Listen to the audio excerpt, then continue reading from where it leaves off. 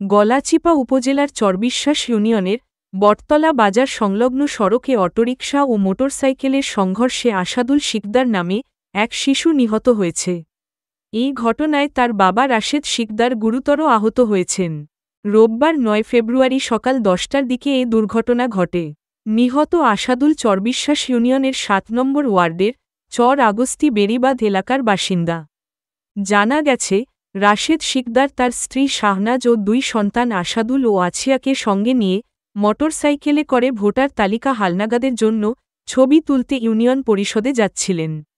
পথিমধ্যে বটতলা বাজার সংলগ্ন খলিফা বাড়ির সামনের সড়কে সংযোগ রোড দিয়ে আসা একটি ৩ চাকার অটোর সঙ্গে তাদের মোটরসাইকেলের সংঘর্ষ হয়।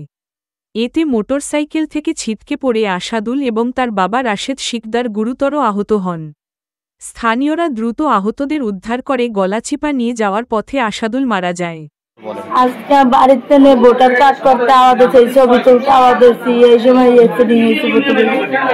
কিভাবে অ্যাক্সিডেন্ট হয়েছে? অ্যাক্সিডেন্ট হয়েছে, আমরা আইতেছি ওই একদিকে অটো হয়েছে, অটোতে মারিয়ে দিয়েছে। আপনারা কিসে যাচ্ছিলেন? হুন্ডায় ছিলেন। কে কে ছিলেন? আমি, আমার স্বামী, আমার দুই বাচ্চা মারা গেছে। আচ্ছা, আপনারা মোটরসাইকেলে ছিলেন? ছিলাম মোটরসাইকেলে, গাড়িটা আইয়া রাস্তার মধ্যে অন্য একটা রোডে বলে সিগন্যাল ছাড়া হয়ে রোডের মধ্যে দাঁড়াইছে, গাড়িটার এক সংঘর্ষ। আপনারা কি গাড়ির নিচে পড়ছেন? না, আমি গাছের লাগে বাড়ি কি এক সাইডে চলে গেছি।